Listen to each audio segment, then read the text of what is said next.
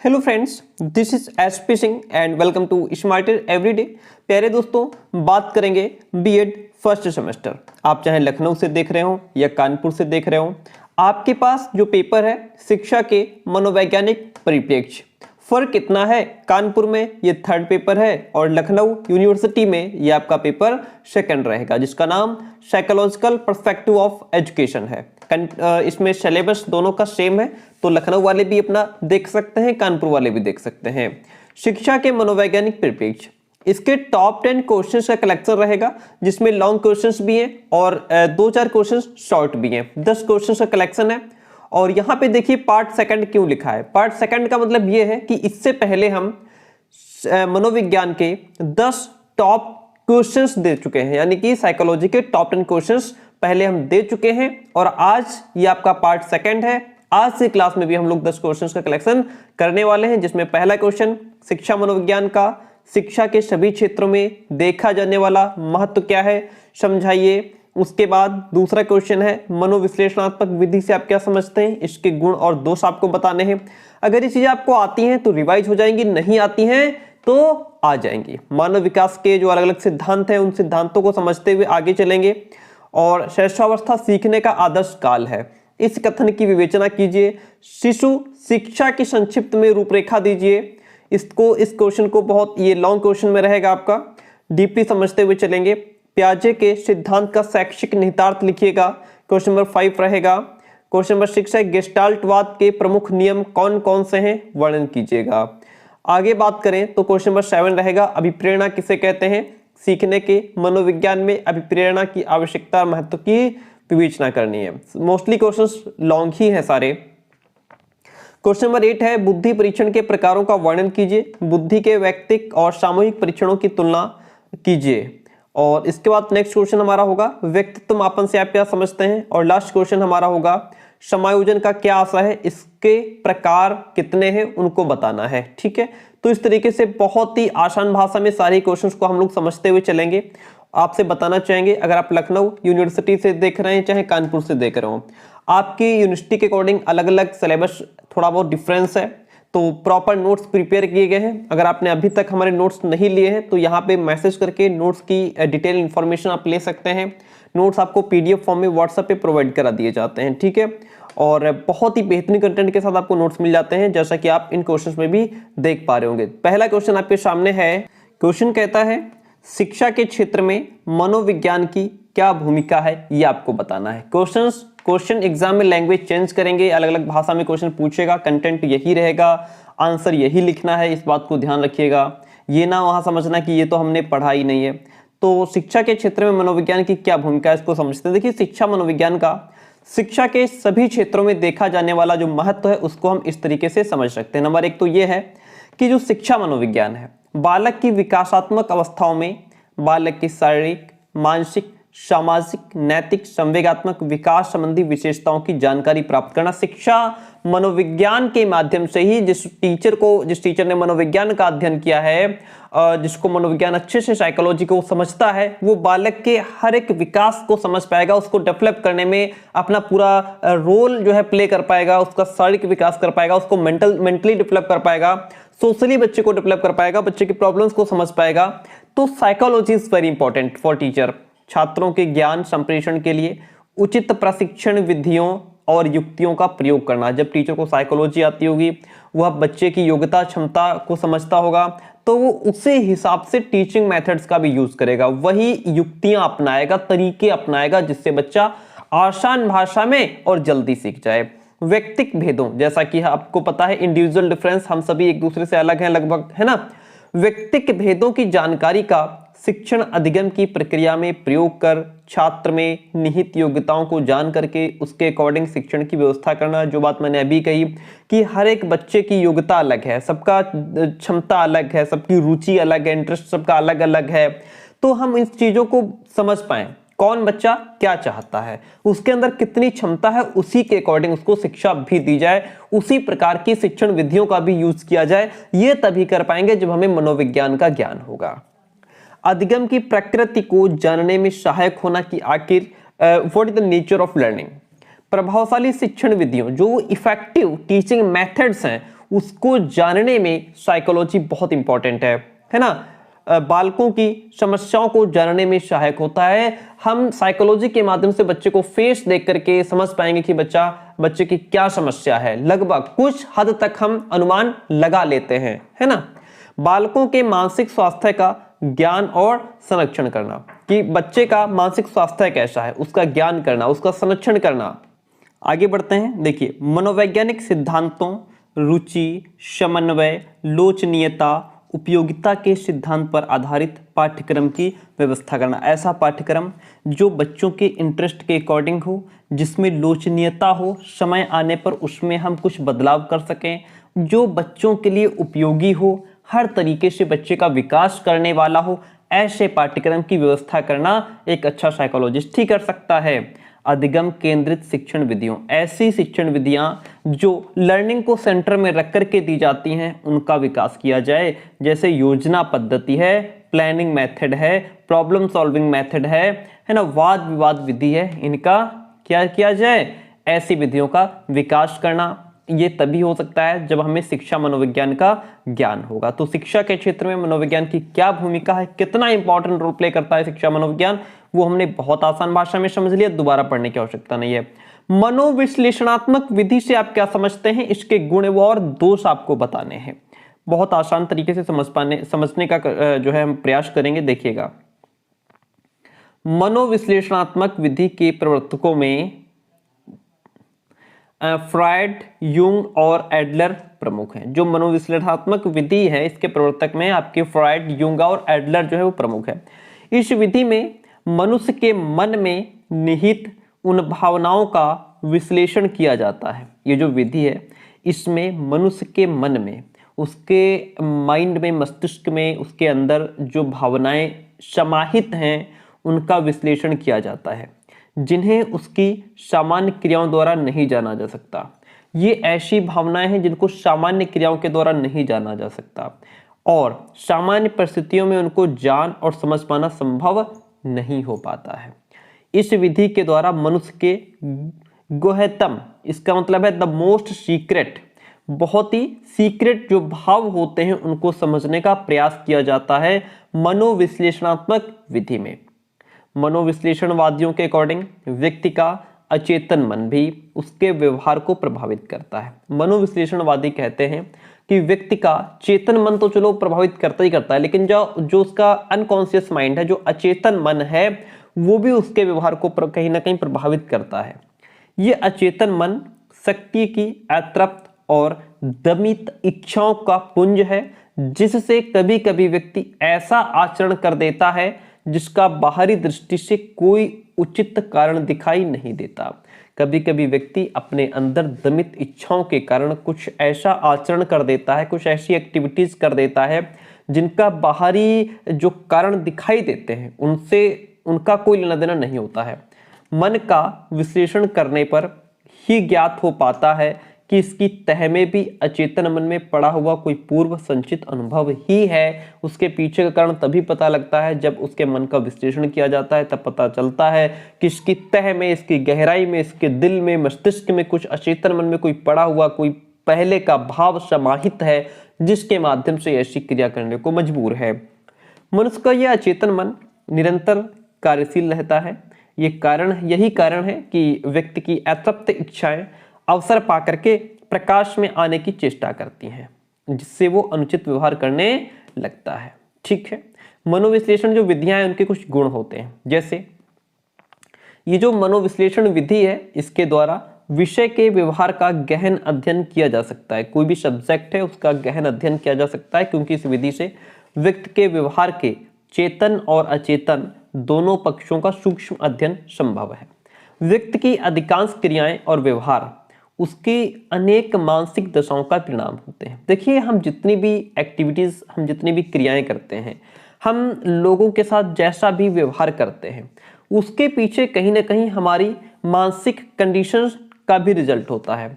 एक बात से आप सभी एग्री करेंगे कि मोस्टली हमारा जो रिस्पेक्ट है वो सामने वाले के माइंड पर भी कभी कभी डिपेंड करता है। अगर वो अच्छे माइंड में है तो आपका अच्छा रिस्पेक्ट करेगा। अगर उसका माइंड पहले से खराब है, वो डिस्टर्ब है, घर में कोई वाद वाद हो गया है, तो वो फिर उस हिसाब से आपका रिस्पेक्ट नहीं करेगा, आपसे उस तरीके से जो है खुश होकर के बात नहीं करेगा। तो उसने जैसा हमारे साथ बिहेव किया, इसके पीछे कोई ना कोई उसका मेंटल कंडीशन रही होगी, कोई मेंटल रीजन रहा होगा। ठीक है, कई बार हम लोग जा रहे होते हैं तो वही व्यक्ति बड़ा खुश होकर नमस्ते करता है, कई बार वो थोड़ा दुखी मन से ऐसे हल्का सा नमस्ते कर लेता है, बस चलते बनो, है ना। तो इसके पीछे अगर व्यक्ति दिल से खुश है तो आपसे बढ़िया दिल से मिलेगा, नहीं तो अगर कोई प्रॉब्लम है तो उस हिसाब से ना। तो ये मानसिक दशाएं इतनी अधिक जटिल और सूक्ष्म होती हैं कि व्यक्ति के अचेतन मन तक समा जाती हैं। व्यक्ति की मानसिक अवस्था का निदान करने के लिए इस विधि का उपयोग सहायक है। अध्ययनकर्ता प्रयोज्य से यानी विद्यार्थी से ऐसा विश्वसनीय संबंध बना लेता है कि प्रयोज्य अपनी बातों को छिपाने के बजाय बता देता है। जो विद्यार्थी है, जो स्टूडेंट है या जो प्रार्थी है, वो अपनी बातों को छिपा नहीं पाता है, बता देता है। ये जो मनोविश्लेषण विधि है, इसकी कुछ सीमाएं भी होती, लिमिटेशंस होती हैं, कुछ इसके दोष होते हैं, समझते हैं। इस विधि का प्रयोग केवल सुयोग्य और प्रशिक्षित मनोविश्लेषक ही कर सकते हैं, क्योंकि इसमें मन के अंदर छिपी जो भी समस्याएं हैं उनको जानना होता है, तह तक जानना, गहराई तक जानना होता है, मनुष्य के मन माइंड में घुसना होता है, कह सकते हैं ना तो इसमें बढ़िया वेल ट्रेंड व्यक्ति चाहिए जो योग्य है। इस विधि से प्राप्त आंकड़ों और तथ्यों की जांच नहीं की जा सकती है। कुछ आलोचकों के अकॉर्डिंग मनोविश्लेषण काल्पनिक मिथकों पर आधारित सिद्धांत है। इस विधि में केवल यौन पर अत्यधिक बल दिया गया जो विश्वसनीय प्रतीत नहीं होता है। इस विधि से प्राप्त तथ्यों की आंकिक व्याख्या भी नहीं की जा सकती है। ये इसकी कुछ लिमिटेशंस हैं, कुछ इसकी सीमाएं हैं। शिक्षा के क्षेत्र में मानसिक विकारों और भावना ग्रंथियों से ग्रस्त बालकों की मनोदशा का पता लगाने और फिर उनका उपचार करने की उपयुक्त विधियां हैं। शिक्षा के क्षेत्र में तो इन विधियों का और भी अधिक महत्व है और इन विधियों के प्रयोग के लिए मनोविज्ञान का ज्ञान और इन विधियों के प्रयोग में प्रशिक्षित होना भी आवश्यक है। तो प्यारे दोस्तों, ये हमने मनोविश्लेषण विधि को समझा, उसको बहुत अच्छे से समझ पाए, उसके गुण को समझ पाए, उसके दोषों को समझ पाए। ठीक है, इतना बड़ा क्वेश्चन आएगा तो लॉन्ग में लिखना होगा आपको। अगला क्वेश्चन है, सुपर इंपॉर्टेंट है सारे क्वेश्चन, कोई भी क्वेश्चन छोड़िएगा नहीं, लास्ट तक पूरा देखिएगा। और हमारे जो नोट्स हैं उनसे आप बहुत कम समय में बहुत अच्छा कवर कर पाएंगे। आपको जो है टॉपिक वाइज कंटेंट हम प्रोवाइड करा रहे हैं, हम आपको question previous year questions paper provide करा रहे हैं, हम आपको इस तरीके से क्वेश्चन आंसर प्रोवाइड करा रहे हैं। एनफ कंटेंट आपको मिल जाता है, नहीं लिया है तो ले सकते हैं। मानव विकास के विभिन्न सिद्धांतों का वर्णन करना है। देखिए, मानव का विकास निरंतर चलने वाली प्रक्रिया है। मनोवैज्ञानिकों भाई निरंतर हमारे अंदर डेवलपमेंट होता रहता है। मनोवैज्ञानिकों ने इसका गहन अध्ययन करके अपने विचार भी प्रस्तुत किए। गैरिसन और अन्य ने लिखा है, जब बालक विकास की एक अवस्था से दूसरी अवस्था में प्रवेश करता है तब हम उसमें कुछ परिवर्तन भी देखते हैं। जब वो एक स्टेज से दूसरी स्टेज में प्रवेश करता है तो उसमें कुछ परिवर्तन देखने को मिलता है। अध्ययनों ने ये सिद्ध कर दिया है कि ये परिवर्तन निश्चित सिद्धांतों के अनुसार होते हैं। इन्हीं को विकास का सिद्धांत भी कहा जाता है। विकास के प्रमुख सिद्धांत निम्नलिखित हैं, जैसे कि पहला है विकास की दशा का सिद्धांत। विकास की दशा का सिद्धांत का मतलब क्या है? इस सिद्धांत के अनुसार शिशु के शरीर का जो विकास है वो सिर से पैर की दिशा में होता है। क्या? पहले बच्चे का सिर बनता है, फिर धड़ बनता है और फिर लास्ट में उसके पैर बनते हैं। सिर से पैर की दिशा में होता है। ठीक है, इस विकास को मस्तिष्कोद्मुखी या सिरपुच्छीय दिशा, इंग्लिश में इसको सेफेलोकॉर्डल डायरेक्शन कहा गया है, जिसके अकॉर्डिंग पहले शिशु का सिर, फिर धड़ और बाद में हाथ पैरों का विकास होता है। ये हो गया विकास की दिशा का सिद्धांत। ये जो सिद्धांत है ना, ये आपका टेट सीटेट में खूब पूछा जाता है, बड़ा इंपॉर्टेंट है, ध्यान रखिएगा। निरंतर विकास का सिद्धांत है, देखिए सारे सिद्धांत बहुत इंपॉर्टेंट है बीएड और टेट सीटेट सबके लिए। निरंतर विकास का सिद्धांत स्किनर के अकॉर्डिंग कहा गया है, विकास प्रक्रियाओं की निरंतरता का सिद्धांत केवल इस तथ्य पर बल देता है, विकास प्रक्रियाओं की निरंतरता का सिद्धांत केवल इस बात पर बल देता है कि व्यक्ति में कोई आकस्मिक परिवर्तन नहीं होता, कोई अचानक परिवर्तन नहीं होता। शाम को बच्चा सोया था, सुबह ठीक है, सुबह पता लग गया बहुत बड़ा हो गया, है ना, उसमें अचानक से कोई परिवर्तन आ गया, ऐसा कभी नहीं होता, आकस्मिक कोई परिवर्तन नहीं होता है। विकास क्या है, एक सामान्य गति से नहीं होता बल्कि अविराम गति से निरंतर धीरे धीरे चलता रहता है। विकास की गति कभी तीव्र हो जाती है, कभी मंद पड़ जाती है। अगला है सिद्धांत हमारा, विकास की गति में व्यक्तिगत भिन्नता का सिद्धांत देखने को मिलता है। विभिन्न व्यक्तियों के विकास की गति में विभिन्नता होती है। कभी कभी दो बच्चे साथ में एक ही दिन पैदा होते हैं, एक जो है खूब लंबा पूरा हो गया, दूसरा उससे बहुत छोटा रह गया, तो इसमें भी कहीं ना कहीं कोई वातावरण का, पौष्टिक आहार का, कुछ और भी चीजें हैं, उनका फर्क देखने को मिलता है। ठीक है, तो विभिन्न व्यक्तियों के विकास की गति में विभिन्नता होती है। जो व्यक्ति जन्म के समय लंबा होता है वो बाद में बड़ा होने पर भी लंबा होगा। एक ही आयु के दो बालकों में शारीरिक, मानसिक, सामाजिक विकास में व्यक्तिगत विभिन्नताएं स्पष्ट देखने को मिल जाती हैं। इसके पीछे कई कारण हो सकते हैं। विकास क्रम का जो सिद्धांत ये कहता है, इस सिद्धांत के अनुसार विकास एक व्यवस्थित और निश्चित क्रम से होता है। बालक का गामक यानी कि मोटर अर्थात गति संबंधी और भाषा संबंधी विकास एक क्रम यानी सीक्वेंस में होता है। तीसरे माह से वो गले से एक विशेष प्रकार की आवाज भी निकालता है। छठे माह से आनंद ध्वनि यानी खिलखिला करके हंसता है और सातवें माह में वो पा, बा, मा, दा आदि शब्दों को बोलने का प्रयत्न करने लगता है, जो कि हमारा विकास क्रम का सिद्धांत कहलाता है। समान प्रतिमान का सिद्धांत कहता है, इस सिद्धांत के अनुसार मानव जाति के शिशुओं के विकास का प्रतिमान एक ही है।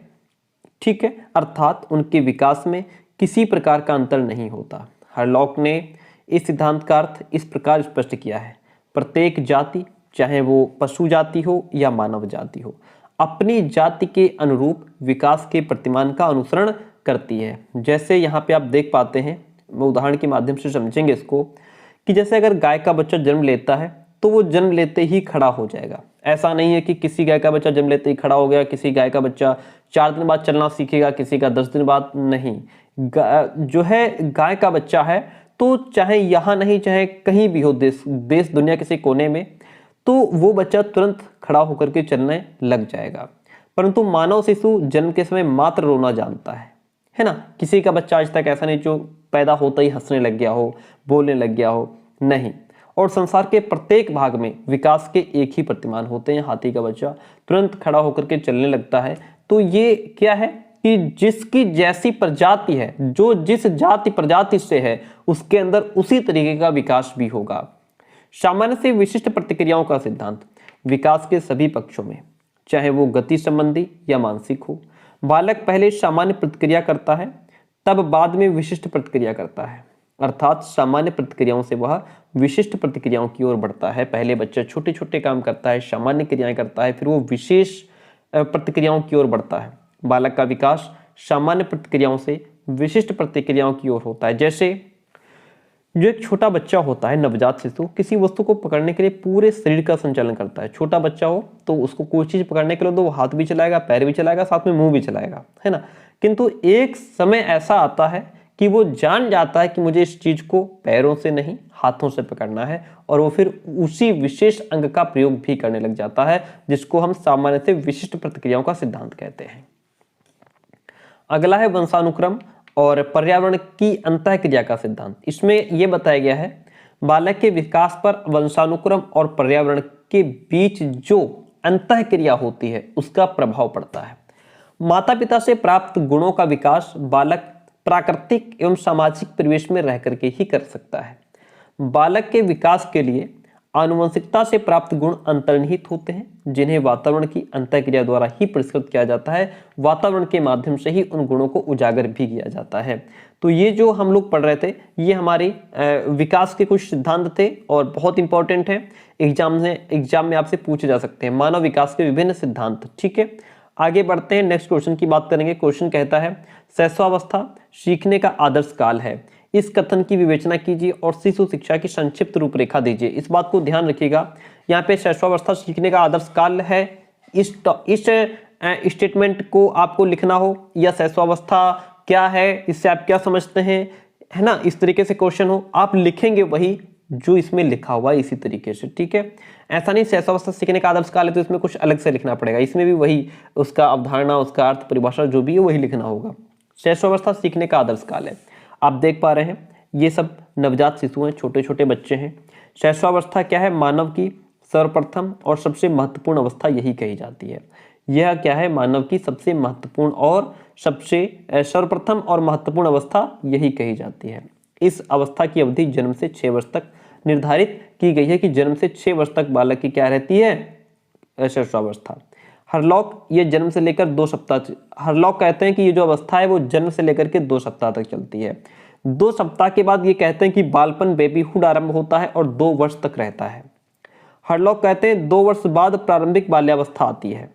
2 वर्ष तक हरलॉक कहते हैं कि 2 वर्ष तक बालक शैशवावस्था में रहता है और 2 वर्ष के बाद फिर वो प्रारंभिक बाल्यावस्था में आ जाता है और 6 वर्ष तक की आयु तक वो जो है इस अवस्था में रहता है। वहीं पर क्रो एंड क्रो का स्टेटमेंट है शैशवावस्था औसतन जन्म से 5 या 6 वर्ष तक चलती है। शैशवावस्था जो है वो जन्म से 5 या 6 वर्ष तक चलती है, जिसमें इंद्रियां काम करने लगती हैं और बालक रेंगना, चलना और बोलना सीख लेता है। शैशवावस्था को भावी जीवन की आधारशिला के रूप में जाना जाता है। ये ऐसी आधारशिला है जिसमें उसके भविष्य का निर्माण किया जाता है। फ्रायड जैसे मनोवैज्ञानिकों ने यह सिद्ध किया है कि व्यक्ति को भावी जीवन में जो कुछ भी बनना होता है उसका निर्धारण 4-5 वर्ष की आयु तक ही हो जाता है। तो इन्होंने सबने अपना अलग अलग मत दिया है कि ये जो अवस्था है वो कितने वर्ष तक रहती है। हालांकि जनरली इसको जन्म से 6 वर्ष तक माना जाता है। शैशवावस्था की कुछ प्रमुख विशेषताएं हैं, उनको समझेंगे। नंबर 1 तो शारीरिक विकास में तीव्रता रहती है। जो छोटा बच्चा होता है उसमें बहुत जल्दी जो है डेवलपमेंट होता है। बालक के जीवन के प्रथम 3 वर्षों में शारीरिक विकास तीव्र गति से होता है। प्रथम वर्ष में लंबाई और भार दोनों में तीव्र वृद्धि होती है। उसकी कर्मेंद्रियों, आंतरिक अंगों, मांसपेशियों आदि का भी उत्तरोत्तर विकास देखने को मिलता है। बात करें पर निर्भरता की, डिपेंडेंसी की, तो जन्म के बाद कुछ समय तक बालक बड़ी असहाय स्थिति में रहता है। उसे भोजन और अन्य शारीरिक आवश्यकताओं की पूर्ति के लिए और स्नेह और सहानुभूति प्राप्त करने के लिए दूसरों पर आश्रित भी रहना पड़ता है। मूल प्रवृत्त्यात्मक व्यवहार करता है। इस समय शिशु का अधिकांश व्यवहार मूल प्रवृत्तियों पर आधारित होता है। जैसे भूख लगने पर वो रोता है, गुस्सा दिखाता है, जो भी वस्तु उसके पास होती है उसको मुंह में डालने का वो प्रयास करता है, हर चीज को उठा करके मुंह में डालता है। ठीक है, आगे बढ़ते हैं। लिखा हुआ है मानसिक क्रियाओं में तीव्रता रहती है। शिशु की मानसिक क्रियाओं के अंतर्गत ध्यान, स्मृति, कल्पना, संवेदना, प्रत्यक्षीकरण आदि का विकास तेजी से हो रहा होता है। इस संबंध में गुड एंड एफ का विचार है कि व्यक्ति का जितना भी मानसिक विकास होता है उसका आधा 3 वर्ष की आयु तक हो जाता है। व्यक्ति का जितना मानसिक विकास होना होता है उसका आधा तो 3 वर्ष तक ही हो जाता है, आधा 3 वर्ष के बाद फिर होता रहता है। सीखने की प्रक्रिया में बड़ी तीव्रता रहती है। यहाँ बच्चा बहुत जल्दी चीज़ों को सीख पाता है। इस समय सीखने में गति बहुत तेज होती है। गौसल का कथन है बालक प्रथम 6 वर्षों में बाद के 12 वर्षों से दूना सीख लेता है। कहता है कि जो प्रारंभिक के जो 6 वर्ष होते हैं उसमें बाद के जो 12 वर्ष होते हैं उनसे दुगना वो यहीं पे सीख लेता है। इतनी तीव्रता होती है बालक में सीखने की।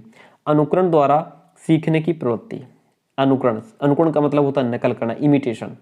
शिशु सबसे अधिक और जल्दी अनुकरण यानी नकल विधि से सीखता है। आप जैसा करेंगे बालक भी, छोटा बालक वैसा ही करता है, नकल करता है। परिवार में माता पिता, भाई बहन, अन्य सदस्यों के व्यवहार का वो अनुकरण करता है और उनसे सीखता है।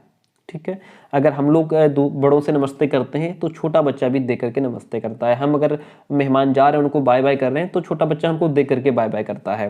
वो इमिटेशन करता है, नकल करके सीखता है। संवेगों का प्रदर्शन। शिशु जन्म से ही संवेगात्मक व्यवहार का प्रदर्शन करता है, जैसे रोना, चिल्लाना, हाथ पैर पटकना आदि क्रियाएं संवेगपूर्ण ही होती हैं। बाल मनोवैज्ञानिकों के अनुसार आरंभ में शिशु में मुख्य रूप से 4 संवेग पाए जाते हैं। जैसे भय होता है बच्चे के अंदर, थोड़ा क्रोध होता है, प्रेम भी होती है, पीड़ा भी होता है। आत्म प्रेम की भावना की बात करें तो शैशवावस्था में शिशु में आत्म प्रेम की भावना बहुत प्रबल होती है। इस समय वो चाहता है कि केवल उसे ही माता पिता एवं भाई बहनों का पूर्ण स्नेह मिले। ऐसा न होने पर वह अन्य भाई बहनों से ईर्ष्या भी करने लगता है और जो वस्तु या खिलौने उसे दिया जाता है उससे वो दूसरों को न दे करके अपने पास ही रखना चाहता है। ये सारी चीज़ें बच्चे में देखने को मिलती हैं। अब हम बात करेंगे शैशवावस्था में शिक्षा का स्वरूप क्या होना चाहिए। जैसा कि हमसे क्वेश्चन में पूछा गया, लॉन्ग क्वेश्चन है ये, तो उसी हिसाब से बड़ा लिखा हुआ है। सीखने का आदर्श काल है, इसमें हमने शैशवावस्था क्या है, इसकी परिभाषाएं क्या हैं, इसकी विशेषताएं क्या हैं, ये आप चीज़ें इसमें लिख देंगे। आगे इन्होंने पूछा कि शिशु शिक्षा की संक्षिप्त रूपरेखा दीजिए। शिशु शिक्षा कैसी होनी चाहिए, बालकों को कैसी शिक्षा दी जानी चाहिए, उस बारे में हमको लिखना है। शिक्षा की दृष्टि से मानव जीवन में शैशव काल का बहुत महत्व है। वैलेंटाइन ने इसे सीखने का आदर्श काल कहा है। किसने? वैलेंटाइन ने। वाटसन के अकॉर्डिंग कहा गया है शैशवावस्था में सीखने की सीमा और तीव्रता विकास की और किसी अवस्था की तुलना में बहुत अधिक होती है। शैशवावस्था में सीखने की सीमा और तीव्रता जो है वो विकास की और जितनी भी अवस्थाएं हैं उनकी तुलना में यहाँ पे बहुत अधिक होती है। जैसे बालकों में शिक्षा कैसी दी जानी चाहिए? बालकों में सबसे पहले तो ये ध्यान रखना चाहिए कि अच्छी से अच्छी आदतों का निर्माण हो बालक में। शैशवावस्था में शिशु को इस प्रकार की शिक्षा प्रदान की जानी चाहिए जिससे उनमें उत्तम आदतों का निर्माण हो सके, बच्चे अच्छी आदर्शों को सीख सकें, जैसे कि समय पर उठना, समय पर खाना, समय पर सोना, शरीर की स्वच्छता, स्नान करना, दांत साफ करना, छोटी छोटी चीजें हम बच्चों को सिखाते हैं। आत्मनिर्भरता की शिक्षा बच्चे को दो। शैशवावस्था में बालक को आत्मनिर्भर बनाने के लिए उन्हें अपना कार्य स्वयं करने देना चाहिए और शिक्षक द्वारा आत्मविश्वास की भावना विकसित की जानी चाहिए। बच्चे के अंदर सेल्फ कॉन्फिडेंस भी डेवलप किया जाना चाहिए। क्रिया और खेल के द्वारा बच्चे को शिक्षा दीजिए।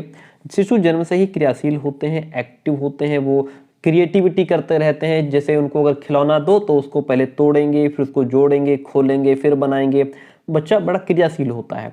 खेल में उसकी सहज रुचि भी बहुत होती है। उसे खेल द्वारा करके सीखने, लर्निंग बाय डूइंग का पूर्ण अवसर बच्चे को देना चाहिए। ठीक है, जैसे यहाँ बच्चे खेल खेल में सीख रहे हैं, ठीक है, यहाँ भी बच्चे खेल खेल में सीख रहे हैं, यहाँ भी बच्चे खेल खेल में सीख रहे हैं। तो इस तरीके से बच्चे को खुद अपना काम खुद करने दीजिए और बच्चे को जो है खेल के माध्यम से सिखाइए। स्ट्रैंग का कथन है शिशु अपने और संसार के बारे में अधिकांश बातें खेल द्वारा ही सीखता है। पाठ्यक्रम बच्चे का रुचिकर होना चाहिए। जो भी शिक्षा दी जाए उसका पाठ्यक्रम बड़ा इंटरेस्टिंग होना चाहिए, तभी बच्चा उसमें इंटरेस्ट लेगा। पाठ्यक्रम रुचि, क्रिया और खेल के सिद्धांतों पर आधारित हो। इसके लिए किंडरगार्टन और मॉन्टेसी प्रणाली से सिद्धांतों का अनुकरण भी करना चाहिए। शिक्षण विधि क्रियात्मक होनी चाहिए। ऐसी विधि आपकी होनी चाहिए जिसमें जो क्रियात्मक हो, बच्चे को करने पर जो है थोड़ा मौका दिया जाए, बच्चे को करने का मौका मिले कुछ। इसमें सीखने की प्रक्रिया पर विशेष ध्यान देना चाहिए। शिशु को क्रिया, खेल और वस्तुओं के माध्यम से शिक्षा दी जानी चाहिए। श्रव्य दृश्य सामग्री का प्रयोग कीजिए ताकि बच्चा जो चीज सुन रहा है उसी को सामने देख भी पाए। इस अवस्था में शिक्षा प्रदान करते समय चित्रों एवं कहानियों से शिशु अधिक प्रभावित होता है। चित्रों को देख करके प्रभावित होता है, तभी तो ना छोटे बच्चों की किताब में कितनी पिक्चर्स होती हैं, सब पिक्चर्स ही पिक्चर्स होती हैं, है ना। और हम लोगों की किताब में कहीं एक पिक्चर देखने को नहीं मिलती। छोटे बच्चे क्या होते हैं, पिक्चर्स से बहुत जो है उनका लगाव होता है, झुकाव होता है। शिशुओं की शिक्षा को अधिक से अधिक रोचक बनाने का प्रयास किया जाना चाहिए। शिशुओं की पुस्तकों में चित्र अधिक होने चाहिए। ठीक है, तो इस तरीके से आप समझ गए। बहुत ये थोड़ा लॉन्ग क्वेश्चन था, इसको हमने इसी तरीके से तैयार किया है कि शैशवावस्था से संबंधित कुछ भी पूछ ले तो अब आप उसको लिख पाएंगे बड़े आराम से। ठीक है, चलिए बात करते हैं क्वेश्चन नंबर 5 की। क्वेश्चन नंबर 5 कहता है पियाजे का जो सिद्धांत है जिसमें उन्होंने 4 स्टेजें बताई हैं संज्ञानात्मक विकास की, कॉग्निटिव डेवलपमेंट की 4 स्टेजेस उन्होंने जो दी है, उसका शैक्षिक निहितार्थ क्या है उसको समझते हैं। आप सबने पियाजे पढ़ा होगा, मैंने कई बार पढ़ाया है, पियाजे की थ्योरी कराई है। देखिए, पियाजे द्वारा बताई गई संज्ञानात्मक विकास की अवस्थाएं क्रमशः जटिल होती जाती हैं धीरे धीरे। पहले बच्चा 0 से 2 वर्ष का है ना, फिर उससे आगे स्टेज आती है, फिर उससे आगे स्टेज आती है, तो धीरे धीरे कॉम्प्लिकेटेड होता जाता है। बालकों के द्वारा एक अवस्था से दूसरी अवस्था में जाने की गति उनकी शारीरिक परिपक्वता और वातावरणीय अनुभवों पर आधारित होती है। ठीक है, आपको हम बताते चलें पियाजे की जो 4 अवस्थाएं हैं उसमें जो पहली अवस्था उनकी है जिसका नाम है संवेदी क्रियात्मक अवस्था, जो बताई है पियाजे ने कि 0 से 2 वर्ष तक चलती है। दूसरी उन्होंने बताई है पूर्व संक्रियात्मक अवस्था जो कि 2 से 7 वर्ष तक रहती है। ठीक है, फिर तीसरी अवस्था जो उन्होंने बताई थी जिसका नाम स्थूल या मूर्त संक्रियात्मक अवस्था है, कहते हैं कि ये अवस्था 7 से 11 वर्ष चलती है। और इसके बाद जो लास्ट उन्होंने अवस्था बताई थी जिसका नाम था औपचारिक संक्रियात्मक अवस्था, जो उन्होंने कहा था कि ये अवस्था 11 वर्ष के बाद शुरू होती है, फिर इसको 15-15 साल तक माना जाता है कि ये चलती है। तो इस तरीके से उन्होंने 4 स्टेजेस अपनी दी थी। ठीक है, आगे बढ़ते हैं। कुछ बालकों का मानसिक विकास तीव्र गति से होता है, कुछ का औसत गति से होता है। और कुछ का मंद गति से होता है। यही कारण है कि विभिन्न अवस्थाओं की आयु सीमा और अवधि पूर्ण रूप में निश्चित न होकर के लगभग में होती है। कोई भी अवस्था एकदम से समाप्त नहीं हो जाती, बल्कि धीरे धीरे एक अवस्था से दूसरी अवस्था में वो प्रविष्ट हो जाती है, समाहित हो जाती, कह सकते हैं बदल जाती है। ठीक है, बालक किसी एक क्षेत्र में पूर्व संक्रियात्मक अवस्था में हो सकता है, जबकि किसी अन्य क्षेत्र में वो औपचारिक संक्रिया की अवस्था में भी हो सकता है दूसरी फील्ड में वो इतना मैच्योर हो गया हो कि वो औपचारिक संक्रिया की अवस्था में आ गया हो, और कोई एक ऐसी फील्ड है जिसमें वो सिर्फ अभी पूर्व संक्रियात्मक अवस्था में ही पड़ा है। पियाजे द्वारा बताई गई संज्ञानात्मक विकास की अवस्थाओं के शैक्षिक दृष्टि से सार्थक होने के कारण इनके शैक्षिक निहितार्थों का वर्णन हम इस प्रकार समझ सकते हैं। नंबर 1 तो ये है, अध्यापक सुनियोजित क्रियाकलापों से बालकों में जिज्ञासा जगाएं। दूसरी बात यह है, मूर्त सामग्री प्रस्तुत करने पर बालक शीघ्रता और दक्षता से सीखते हैं। जो चीजें मूर्त होती हैं, जो सामने देख पा रहा है बच्चा। बालकों के लिए पाठ्यक्रम तैयार करने में यह सिद्धांत अध्यापक को विकास का विस्तृत संदर्भ भी प्रदान करता है। इस सिद्धांत के अकॉर्डिंग बालक के मानसिक विकास के लिए उसको सिखाने और सीखने की प्रक्रिया में सक्रियता के साथ संयोजित भी किया जाए। व्यवस्था की आंतरिक सामंजस्यता को विकसित करने में बालक की सहायता भी की जानी चाहिए। ठीक है, और कहानी सुनाना, कविता पाठ, गीत गाना जैसे बहुत से ज्ञानात्मक क्रियाकलापों को एक व्यवस्थित तरीके से कार्यक्रम में सम्मिलित किया जाए। सिखाने और सीखने की स्थिति उस बिंदु तक पहुंचाई जानी चाहिए, उस ऊंचाई तक पहुंचाई जानी चाहिए जहां बालक चीजों और विचारों में कुछ कुछ परिचित रहता है। तो प्यारे दोस्तों, ये हमने पियाजे का जो सिद्धांत है उसका शिक्षा के क्षेत्र में क्या योगदान है ये हमने समझा। आगे हम बात करेंगे क्वेश्चन नंबर 6 की, गेस्टाल्टवाद। गेस्टाल्टवाद से आपको याद आया होगा कि जो सिद्धांत है हमारे कोहलर का, जिसका नाम कोहलर का अंतर्दृष्टि या सूझ का सिद्धांत है, उनका सिद्धांत इसी पर डिपेंड है, गेस्टाल्टवाद से। ठीक है, गेस्टाल्टवाद हमारा जर्मन भाषा का शब्द है। हिंदी में इसके जैसे समानार्थी रूप जैसे कह सकते हैं शब्द हैं, जैसे रूप है, आकृति है, समग्राकृति है ना, ये होता है। गेस्टाल्ट का तात्पर्य संगठित अथवा पूर्ण आकृति की संरचना से होता है। और क्या बताएं कि ये एक ऐसी समग्र अथवा पूर्ण संरचना है जिसकी विशेषता का पता उसकी संपूर्ण मूल्यों से ही चलता है। तो किसी भी घटना या अनुभव को टुकड़ों में नहीं समझा जा सकता, बल्कि उसे समग्र रूप में ही जाना जा सकता है। यही गेस्टाल्टवाद होता है।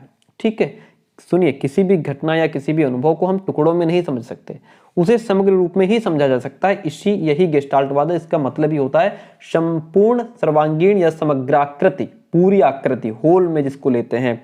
अगर आपने कोई कार देखी, कोई कार जा रही है, तो आपने देखा, आप ये देखते हैं कि ये कार जा रही है, ऑडी है, ये डस्टर है, ये गाड़ी है, ये नहीं देखते वो देखो गाड़ी जा रही है, उसके वो पहिए घूम रहे हैं, उसमें वो ये उसकी लाइट वहां है ना, ये चीजें हम नहीं देखते, उसको टुकड़ों में नहीं देखते, बल्कि उसको हम समग्र रूप में देखते हैं। यही गेस्टाल्टवाद है। ठीक है, और कोहलर का सिद्धांत इन्हीं से जो है कि जुड़ा हुआ है।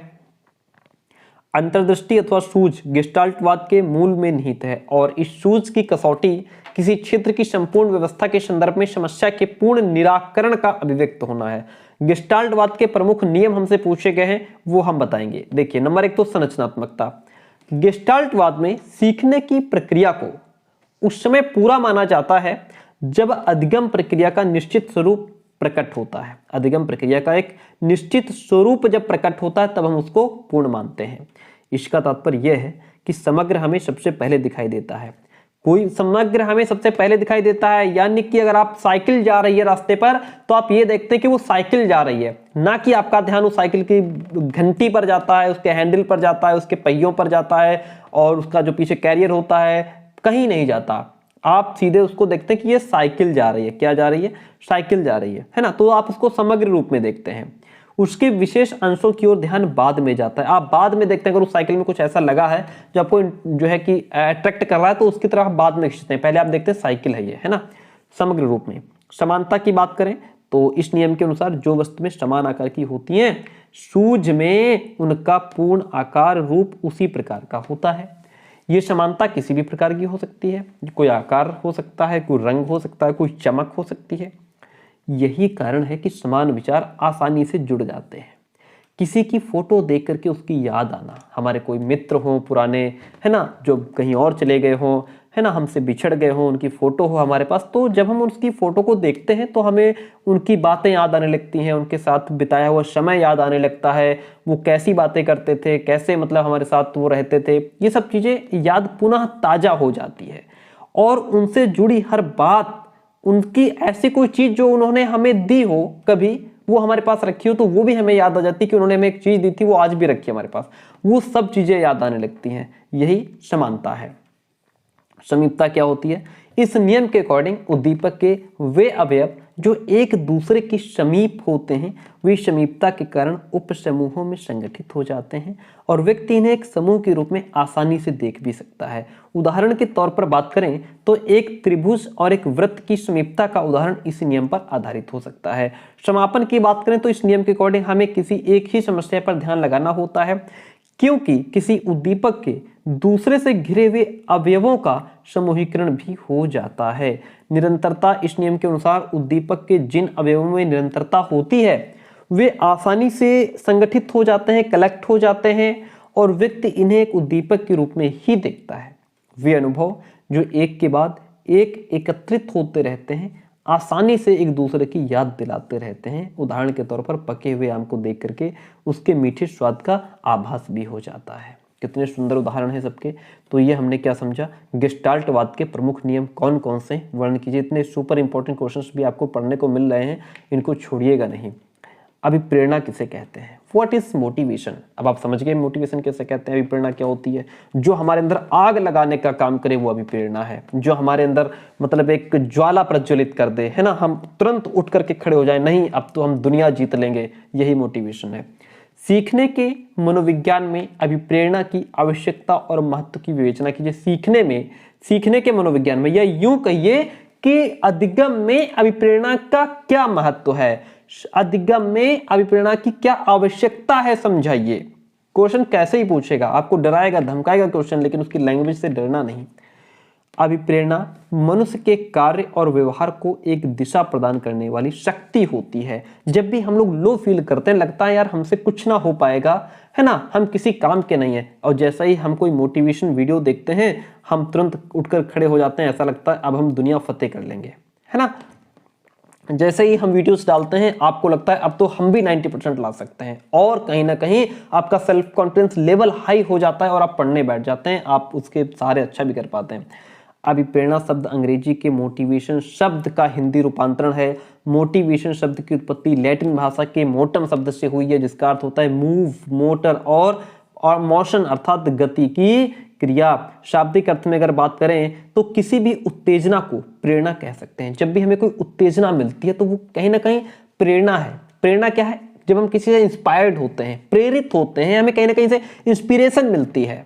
हम कोई मतलब एक जो सक्सेसफुल इंसान को देखते हैं तो अपने अंदर हम मोटिवेट भी होते हैं, हमको उनसे इंस्पिरेशन भी मिलती है, प्रेरणा भी मिलती है ना, जिसके कारण व्यक्ति कोई प्रतिक्रिया या व्यवहार भी करता है। इस प्रकार उत्तेजना आंतरिक या बाह्य दोनों हो सकती है, किंतु मनोवैज्ञानिक अर्थ में प्रेरणा का अभिप्राय केवल आंतरिक उत्तेजनाओं से ही होता है, जो हमें अंदर से उत्तेजित करें, हमारे अंदर आग लगा दें, जिन पर व्यक्ति का व्यवहार भी आधारित होता है। उनसे आप इंस्पिरेशन जब आपको इंस्पायर्ड आप हो जाते हैं तो फिर अपने काम की तरफ बढ़ जाते हैं।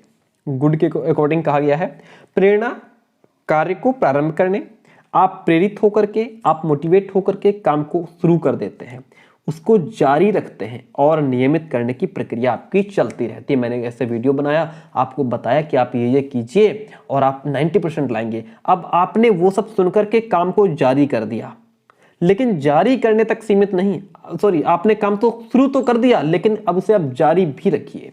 जारी ही रखना नहीं है, उसको नियमित तरीके से उस पर काम कीजिए, डेफिनेटली आप ऊंचाइयों को छुएंगे। वुडवर्थ के अकॉर्डिंग कहा गया है प्रेरक व्यक्ति की वो स्थिति है जो उसे निर्धारित व्यवहार के लिए और निर्धारित उद्देश्यों को प्राप्त करने के लिए उत्तेजित करने का काम भी करती है। सीखने में अभिप्रेरणा की आवश्यकता क्या है, हम लर्निंग में मोटिवेशन कहाँ हमको हेल्प करता है, इस बात को हम समझते हैं। शिक्षण एवं अधिगम, टीचिंग एंड लर्निंग प्रोसेस में मोटिवेशन का अत्यंत महत्वपूर्ण स्थान है। प्रेरणा के उचित प्रयोग से शिक्षक सीखने सिखाने की क्रिया को अधिक अच्छे ढंग से संपादित कर सकता है। प्रेरणा के बल पर, मोटिवेशन के बल पर। शिक्षा का अर्थ शिक्षण नहीं है, शिक्षा का अर्थ सिर्फ टीचिंग नहीं है, बल्कि इसका अर्थ है बालक को इस योग्य बना दो कि वो स्वयं सीख सके। शिक्षा का अर्थ केवल टीचिंग नहीं है, इसका अर्थ यह है कि हम बालक को इस योग्य बना दें कि वो स्वयं सीख सके, इतना मोटिवेट हो जाए, इंस्पायर्ड हो जाए, खुद अपने आप एक्टिविटी करने लगे, खुद काम करे और खुद सीखे। अभी जो मोटिवेटेड बालक होता है वो ज्ञान अर्जन के लिए तत्पर रहता है, तैयार रहता है एकदम, है ना। इसके विपरीत जो बालक मोटिवेटेड नहीं है, अभिप्रेरित नहीं है, वो नई बातों को सीखने में कोई इंटरेस्ट नहीं रखता। उसको तो वो जानता है बस जितना हमको आता है उतना बस ठीक है, हमारा काम चल रहा है, बात खत्म। और सीखने में कठिनाई का भी अनुभव करता है, और कोई चीज उसको थोड़ा सा कॉम्प्लिकेटेड लगती है वो सोचता है ये मेरे बस का नहीं है, मेरे से ना हो पाएगा। लेकिन अगर वही बच्चा जब मोटिवेट कर दिया जाए तो उसको लगेगा कि नहीं मैं कर सकता हूं, बस थोड़ी सी कठिनाइयां हैं लेकिन मैं कर पाऊंगा। अतः अध्यापक को चाहिए कि वो आवश्यकता के अकॉर्डिंग विभिन्न अभिप्रेरकों का उपयोग करके बालकों को शिक्षा के उद्देश्य प्राप्ति के लिए प्रोत्साहित करे। प्रेरणा सीखने का महत्वपूर्ण अंग है प्यारे दोस्तों। सीखने में प्रेरणा के महत्व को निम्न तथ्यों के द्वारा भी हम समझ सकते हैं। नंबर 1 तो सीखने की इच्छा जागृत करने के लिए हम मोटिवेशन का यूज क्यों करें, हम अभिप्रेरणा का यूज क्यों करें, ताकि हम बच्चे के अंदर सीखने की इच्छा जागृत कर पाए। सीखने की प्रक्रिया तब तक शुरू नहीं होती जब तक बालक सीखने का इच्छुक नहीं होता। बालकों में सीखने का पहला कदम सीखने की इच्छा जगाना है। अगर हमारे अंदर सीखने की इच्छा नहीं होगी तो चाहे हमको तुम घोल के पिला दो लेकिन हम ना सीखेंगे। अतः सीखने की प्रक्रिया को सरल, शीघ्र, स्थायी बनाने के लिए अभिप्रेरणा द्वारा बालक में सीखने की इच्छा जागृत की जानी चाहिए, ताकि इसका उपयोग करके सीखने सिखाने की क्रिया में तेजी लाई जा सके। सीखने के लिए बालक को प्रोत्साहित करना। अभिप्रेरणा सीखने की गति, मात्रा, स्वरूप आदि पर गहन प्रभाव डालता है।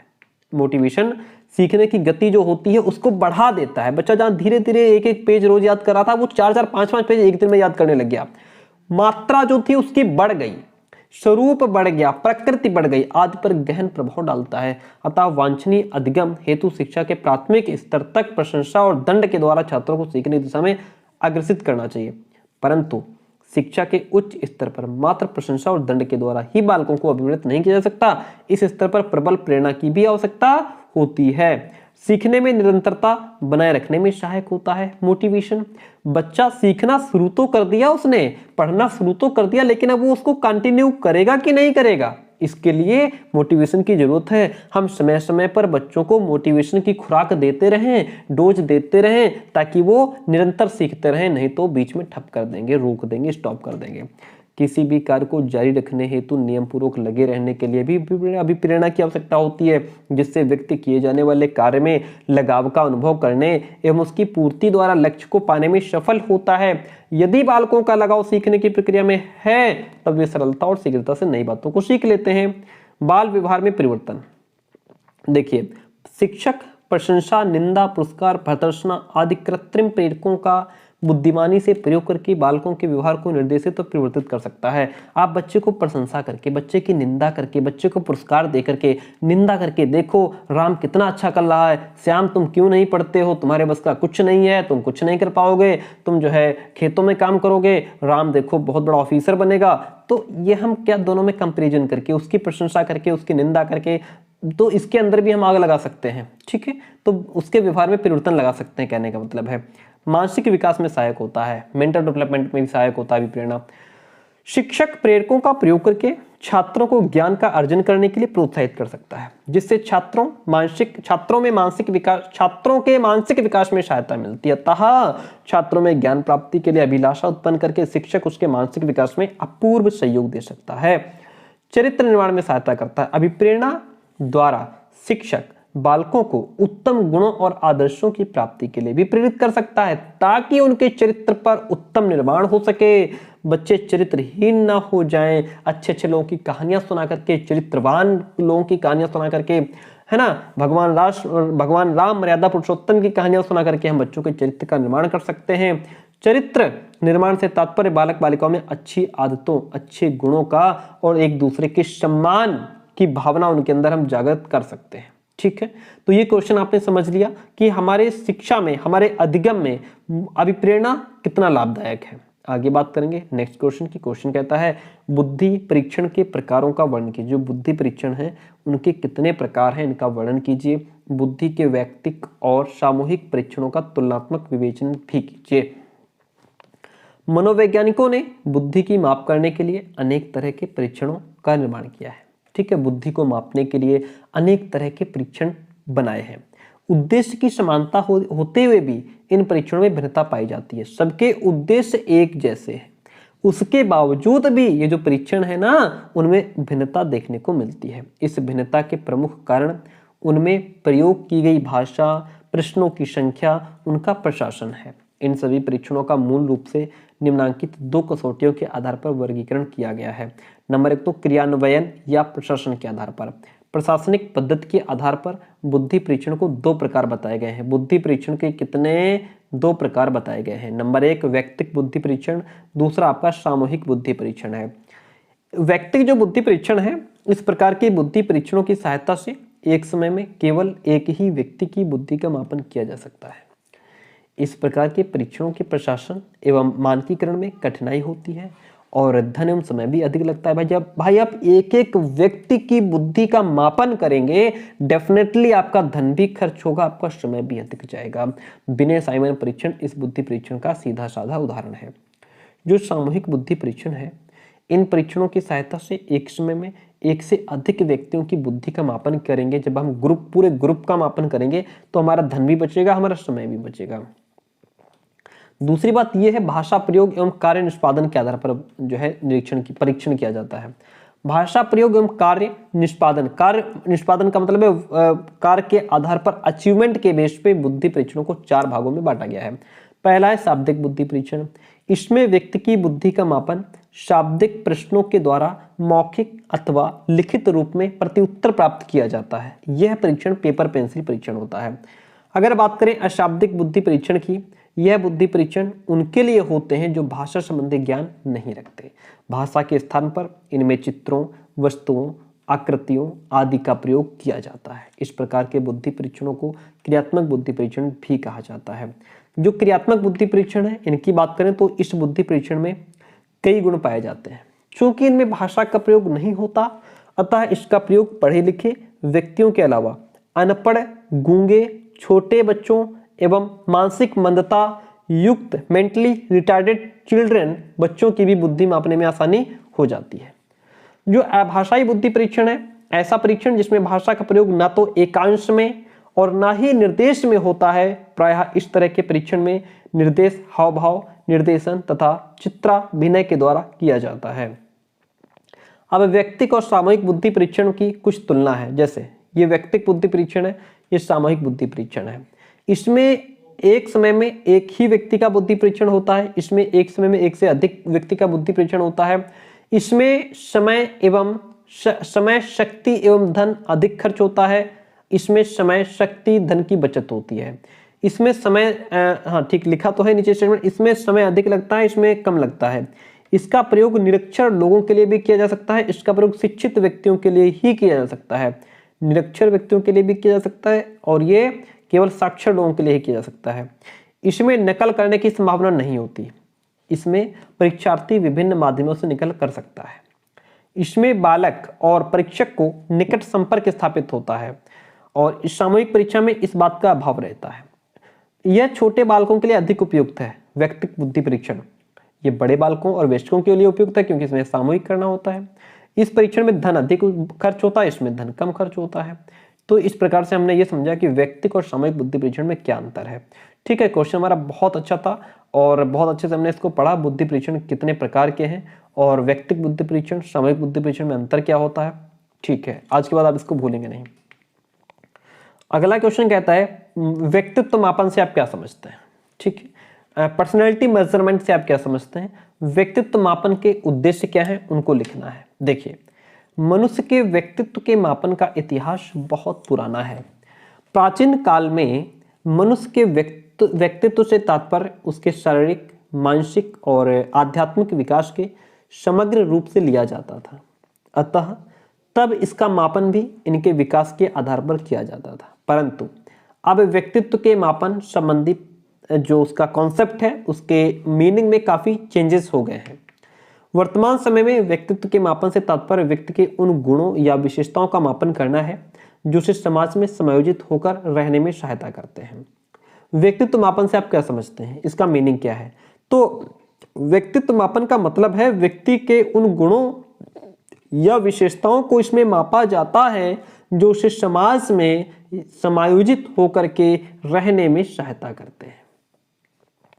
अन्य शब्दों में अगर बात करें तो व्यक्तित्व में मापन से तात्पर्य व्यक्ति में मापन से तात्पर्य व्यक्तित्व के शील गुणों के बारे में पता लगा करके ये निश्चित करना होता है कि कहां तक वे संगठित या विसंगठित हैं।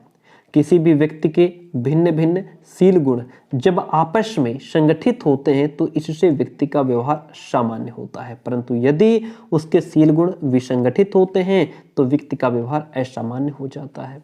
शिक्षा मनोविज्ञान के पॉइंट ऑफ व्यू से देखें तो व्यक्तित्व मापन बालकों की उन क्षमताओं, योग्यताओं, अभियोग्यताओं, स्नायुमंडल संबंधी व्यवहारों और मनोशारीरिक शील गुणों का मापन करना है जो उनके व्यक्तित्व और सामाजिक विकास के साथ उनके सर्वांगीण भौतिक विकास के लिए उपयोगी है और समाज में अनुकूलन स्थापित करने में भी सहायता करते हैं।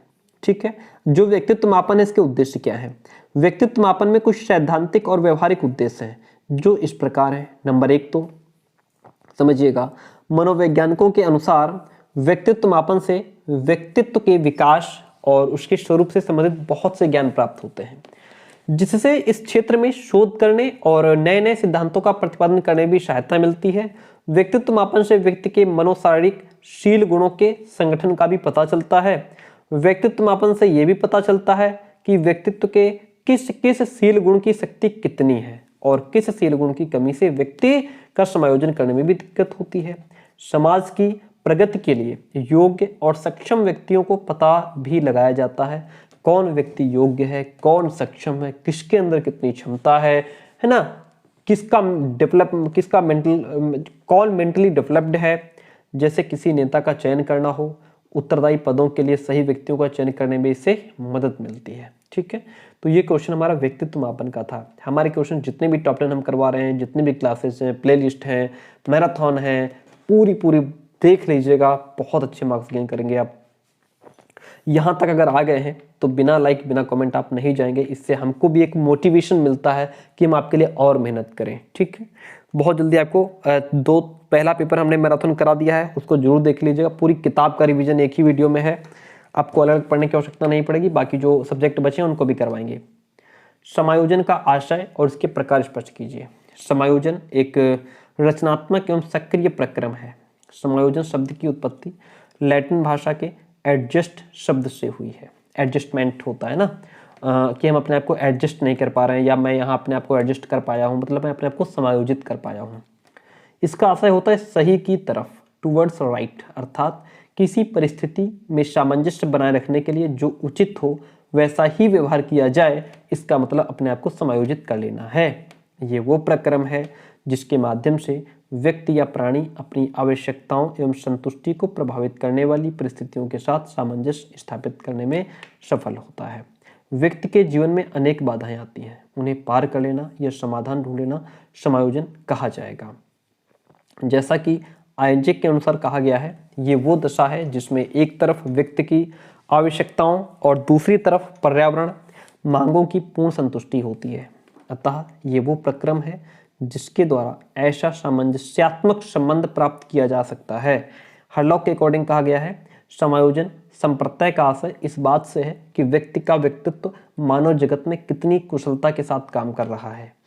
रैथस कहते हैं कि समायोजन वो व्यवहार है जिसके द्वारा पर्यावरणीय मांगों के साथ सामंजस्य स्थापित किया जाता है। पर्यावरण की क्या मांग है, समाज क्या चाहता है, जब हम उसके हिसाब से अपने आप को ढाल लेते हैं, यही तो समायोजन है।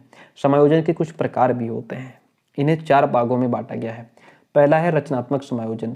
रचनात्मक समायोजन का मतलब क्या होता है, समझिएगा। यदि कोई बालक अपने सामने प्रस्तुत समस्या का समाधान उचित या रचनात्मक ढंग से करता है तो उसे रचनात्मक समायोजन कहा जाएगा। किसी बालक के सामने कोई प्रॉब्लम आई और वो उसको बहुत ही उचित तरीके से, एक रचनात्मक तरीके से, क्रिएटिवली जो है वो उसको एडजस्ट करता है, तो ये रचनात्मक समायोजन कहा जाएगा। जैसे लक्ष्य प्राप्ति के प्रयत्नों में वृद्धि करना, लक्ष्य प्राप्ति के जो भी प्रयत्न है, जो एफर्ट्स हैं, उनमें वृद्धि करना, समस्या पर अलग अलग पॉइंट ऑफ व्यू से विचार करना, एक समस्या को हल करने के अनेक पहलू ढूंढना, अन्य लोगों से उचित सलाह लेना और समाधान का प्रयास करना, ये रचनात्मक समायोजन कहा जाएगा। जो प्रतिस्थापित समायोजन है, इसका मतलब ये होता है अगर बालक द्वारा किए जा रहे प्रयत्नों से आकांक्षित लक्ष्य की प्राप्ति नहीं हो रही है तो वह संबंधित लक्ष्य का प्रतिस्थापन करके स्वयं को समायोजित कर पाएगा। दूसरी बात यह है मानसिक विरचनाएं। समायोजन स्थापित करने तथा कठिनाइयों से बचने के लिए बालक मानसिक विरचनाओं का उपयोग कर सकता है, जैसे अपनी इच्छा का दमन कर सकता है, क्षतिपूर्ति कर सकता है, उदात्तीकरण एवं प्रक्षेपण इत्यादि के द्वारा तनाव और कुंठा के प्रभाव को मानसिक स्तर पर कम किया जा सकता है। प्रत्यक्ष बचाव क्या होता है? प्रत्यक्ष बचाव को समझिए। समस्या के समाधान में बालक प्रायः प्रत्यक्ष बचाव के तरीकों का सहारा लेता है, जैसे लक्ष्य प्राप्त न होने की दिशा में क्रोधित होकर के आक्रमण कर देना, ये प्रत्यक्ष बचाव है। उदासीन हो जाना, प्रतिगमन व्यवहार करना आदि, ये हम क्या पढ़ रहे थे? ये समायोजन के प्रकार पढ़ रहे थे। क्वेश्चन बहुत अच्छा था। क्वेश्चन कह रहा था, समझिए इसको, क्वेश्चन कह रहा था कि समायोजन का क्या मतलब है, क्या आशय है, क्या अभिप्राय है, क्या संप्रत्यय है। इसमें आप अर्थ और परिभाषा भी लिखेंगे। प्रकार हमने अर्थ लिखा, फिर हमने इसकी परिभाषाएं लिखी, उसके बाद हमने इसके प्रकार आपको समझाए हैं। टॉप 10 क्वेश्चंस कराए हैं, इससे पहले भी 10 क्वेश्चंस कराए थे। ये आपका पार्ट 2 था। अगर यहाँ तक आप आ गए हैं तो वीडियो को बिना लाइक बिना कमेंट आप नहीं जाएंगे। हमें भी थोड़ा इंस्पिरेशन मिलता है, मोटिवेट होते हैं ताकि और मेहनत करें आपके लिए। और हाँ, नोट्स हमारे रामबाण है आपके लिए, ये रहा नंबर, मैसेज करके फटाफट आप भी नोट्स ले सकते हैं। नोट्स के लिए आपको फीस पे करनी होती है। नोट्स आपको PDF में व्हाट्सएप पे प्रोवाइड करा दिए जाते हैं। थैंक यू सो मच, मिलते हैं बहुत जल्दी नेक्स्ट क्लास में। क्लास कैसी रही जरूर बताइएगा।